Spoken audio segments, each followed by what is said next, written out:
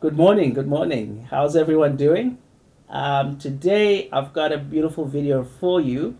It was inspired by a comment that I got from one of the viewers, Healer Lightbringer.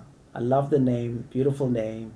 It embodies what I feel a lot of ex-Jehovah's Witnesses are becoming, and I definitely subscribe to that. So this is their comment. It really got me thinking, and it inspired me to make this video. So thank you, Healer Lightbringer. And the comment said, as a Jehovah's Witness, you're taught to read the Bible eisegetically rather than exegetically. The ideas or doctrine they teach us as infallible truth are in the forefront of our comprehension when reading. We go in with the idea or want to see the organization in the text rather than the message in its rightful context. Beautifully said.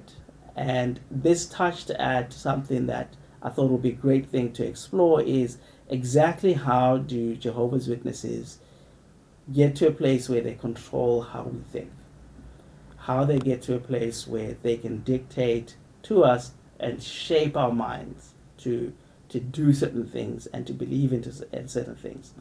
And I thought perhaps we could explore just the system of control itself, right? And that applies to not only Jehovah's Witnesses, that's a universal thing. But for today, we're looking at Jehovah's Witnesses specifically, looking at the structure of the system and that shapes our thinking.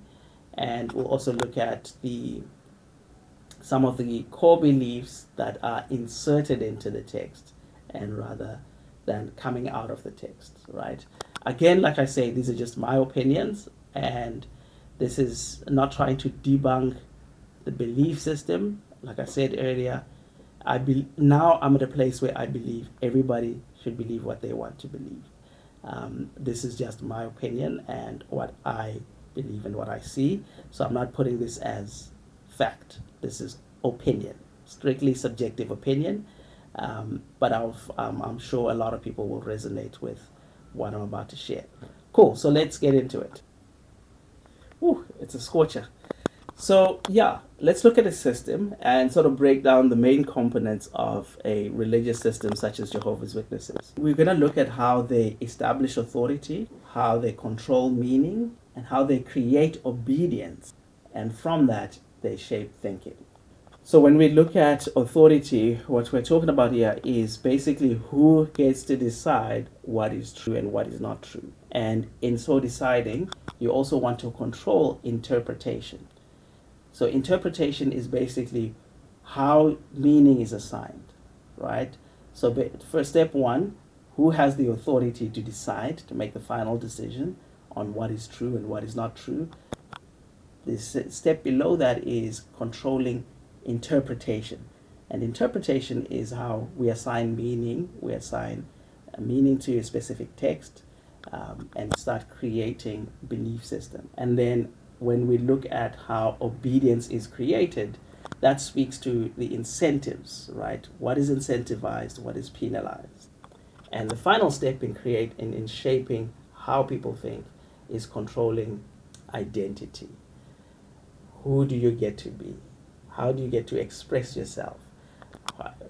Do you belong to this group or do you belong to that group? For you to belong to this group, who do you need to be to stay a part of this group? So let's take a step back and look at meaning versus messaging, right?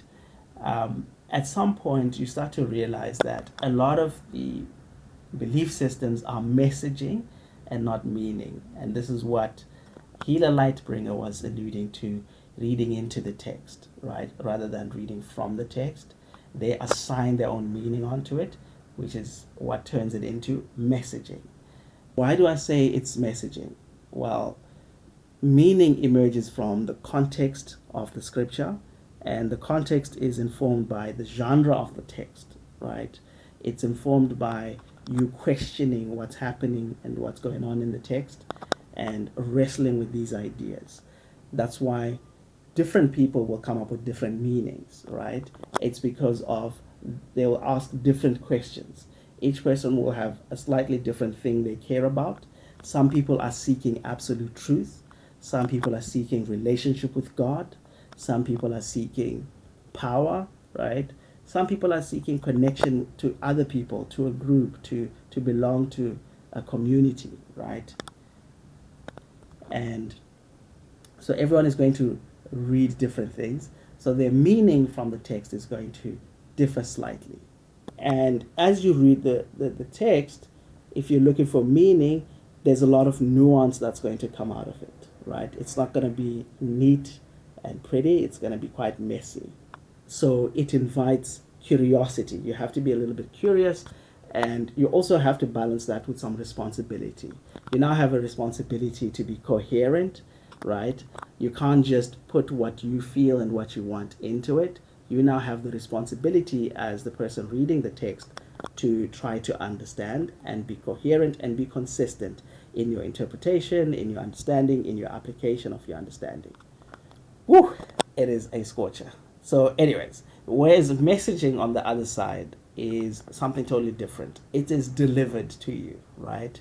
And it's delivered as a conclusion without necessarily a process, right? And with Jehovah's Witnesses, they tend to give a lot of answers without exploration, right?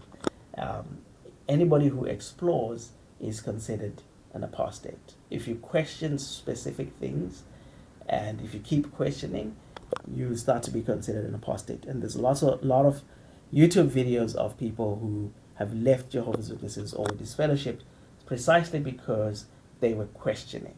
They were curious. They wanted to explore certain ideas and certain concepts. And that just doesn't fit with an organization that just wants to push their messaging. And this is how you know it's messaging, is because messaging prioritizes consistency, right? You have to say the same thing over and over and over and over for the message to get across, right? And as such, you now prioritize control, prioritize obedience, right? Following through on the messaging. And this works in advertising, this works in government, right? The messaging, they keep repeating the same things on radio and television, movies, right? If they have a specific message they want to push through, you got to keep repeating that message. And it can't be too nuanced, it can't be too complex, it's got to be simple sound bites that you got to push out there, right?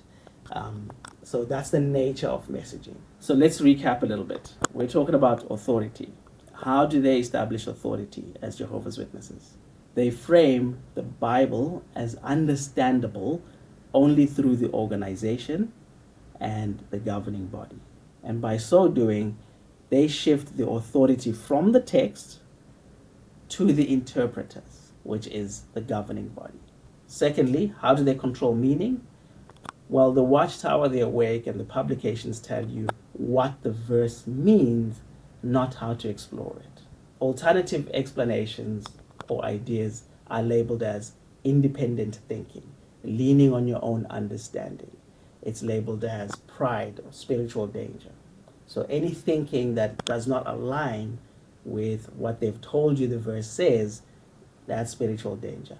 And I'm sure you'll see in the comments, Jehovah's Witnesses who are responding, the way they're responding is, to me, it reads as a trauma response. If they watch a video of somebody who's speaking a certain way, it's almost like a trauma response that is programmed into them to respond and react, right? Because you're introducing ideas that go against the messaging that they're given, and they're unable to contain both ideas and still choose the one, right?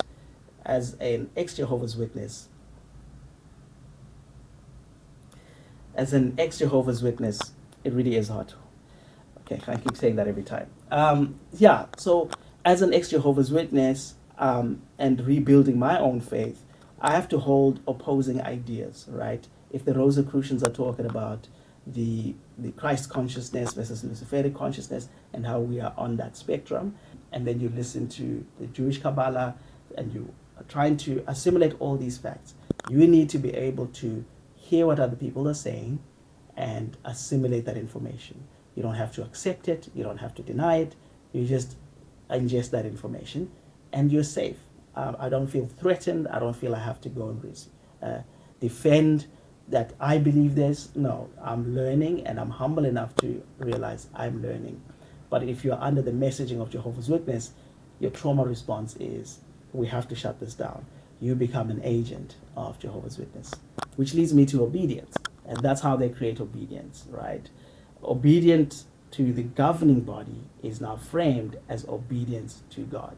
Disagreement is framed as rebellion, not discernment, not, wrestling with the scriptures.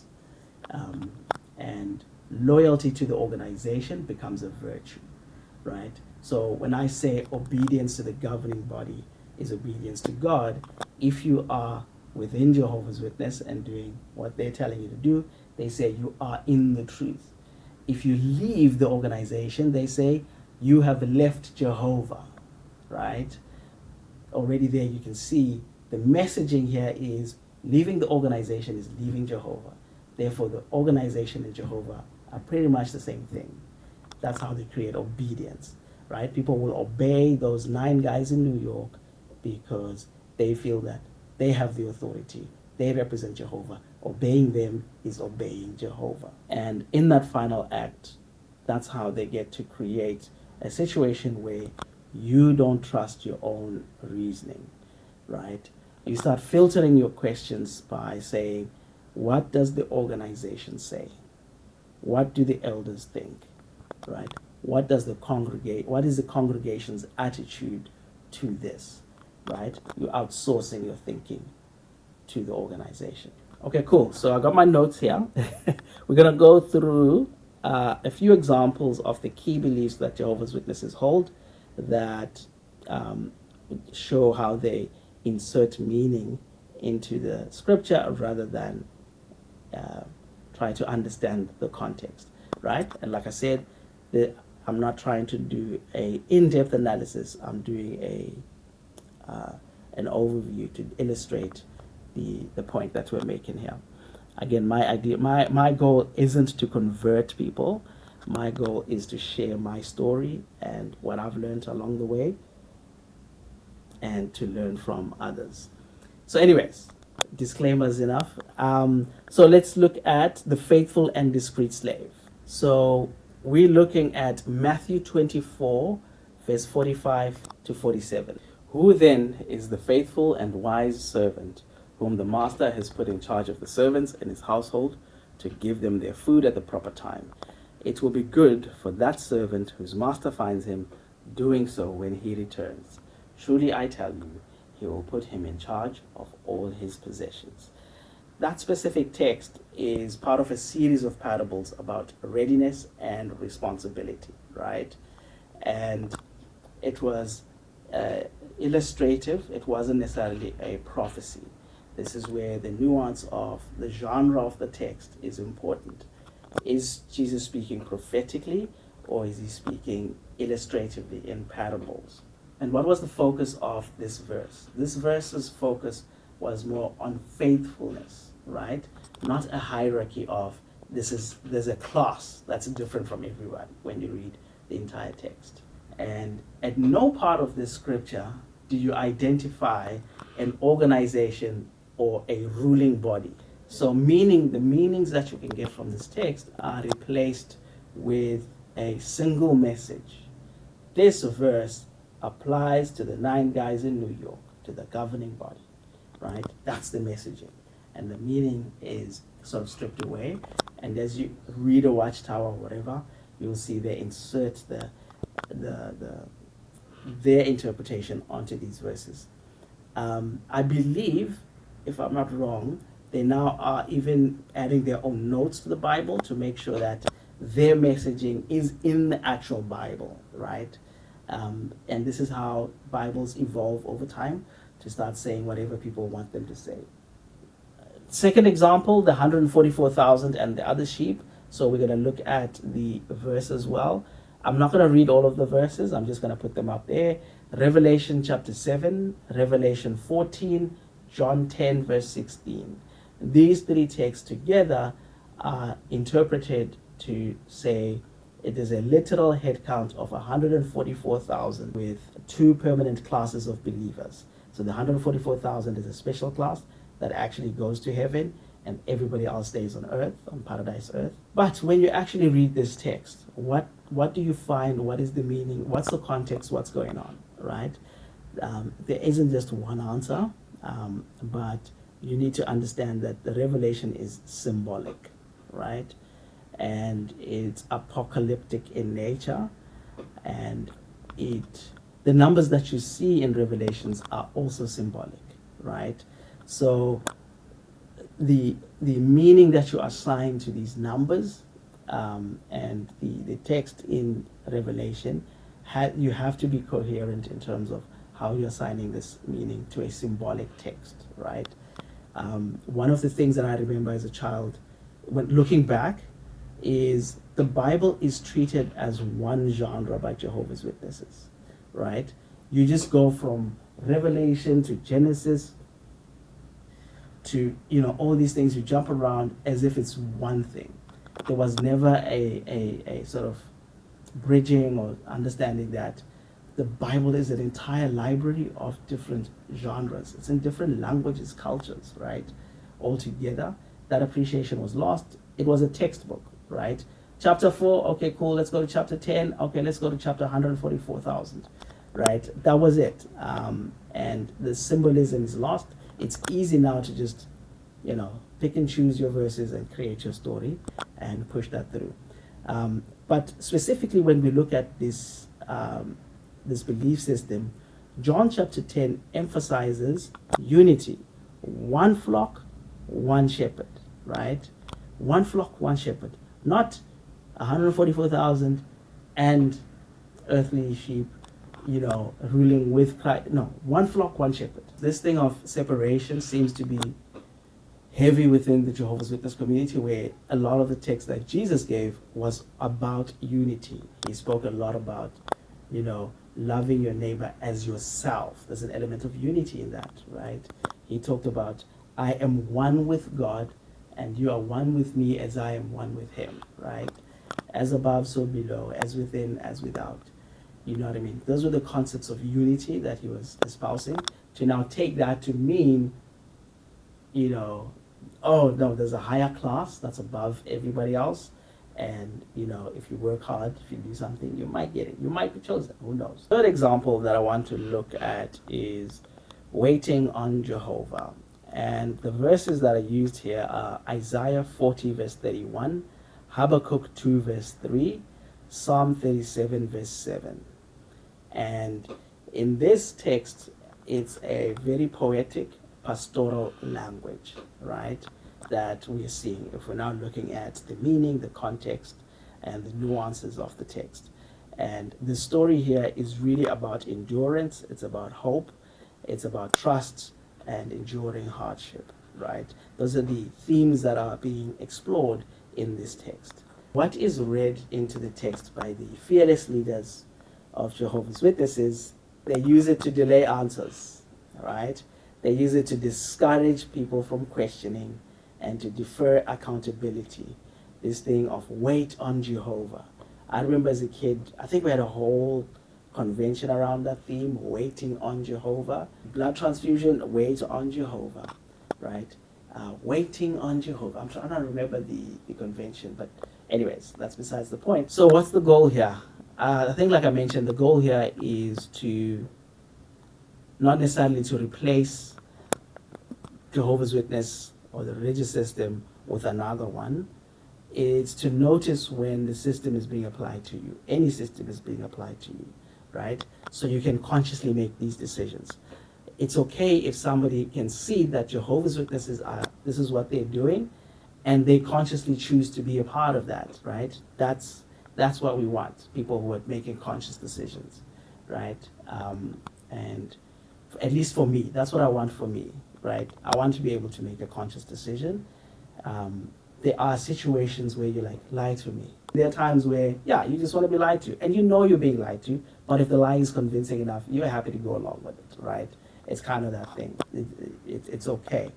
But to be existing in a space where it is harming you and you're being controlled, especially for children, and a lot of women, I've seen enough harm around women, you know, that the goal here is just to share these ideas. Um, cool. But anyways, so let's end it there. I really, really enjoyed just going through this and looking at some of it. I had to avoid going into rabbit holes because I'm a book nerd. I do tend to go into these deep rabbit holes. So I really had to constrain myself and say, um, just stay on the surface, right? And don't go into depth. And, don't make it about dissecting the Bible. I really don't want to end up in that state, in that space. Um, I escaped it years ago. I'm not going back into it, right? Cool. Anyways, I hope you enjoyed that. I hope you found value. I'd love to hear your stories as well, and how your experience with the Bible now that you've left is. I really enjoy those stories. That's why I made a whole video today. I hope there was some value there. And as I get better with my videos, hopefully I can make these concepts a lot tighter. But if you have any questions, things that I maybe misspoke on and didn't explain properly, please ask your questions so we can heal together, right? Anyways, thank you so much for your time. I hope you have a lovely, lovely week ahead, and I'll see you guys tomorrow.